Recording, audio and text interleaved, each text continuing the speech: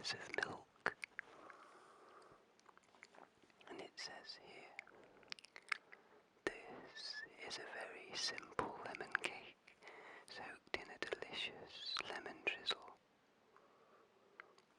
It is made using the all-in-one way, where everything is added all in one go, and given a good beating.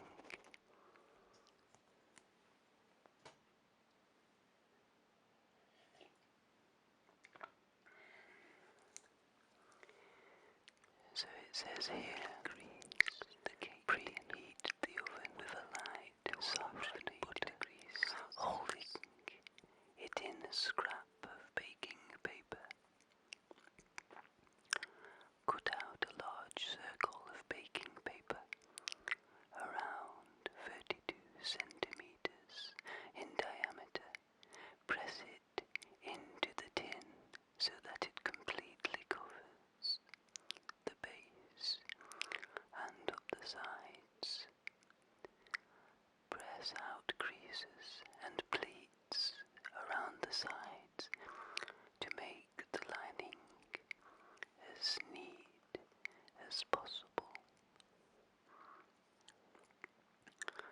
Put the weighed soft butter and sugar into the bowl.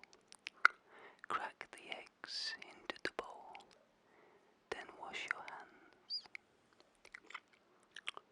Rinse and dry the lemons one at a time. Hold the lemons over the mixing bowl and using the lemon zester or the fine whole size of a grater, grate off just the yellow rind. Take care to leave the white pith on the lemon, as it tastes bitter.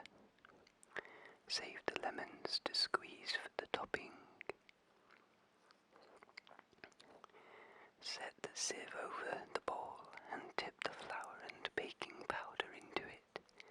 Sift them into the bowl by gently shaking the sieve or tapping it with your hand.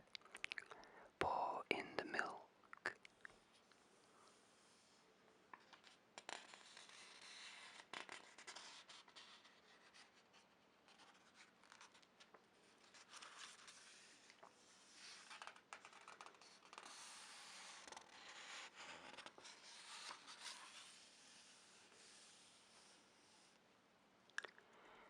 Set the mixing bowl on a damp towel to prevent it from wobbling.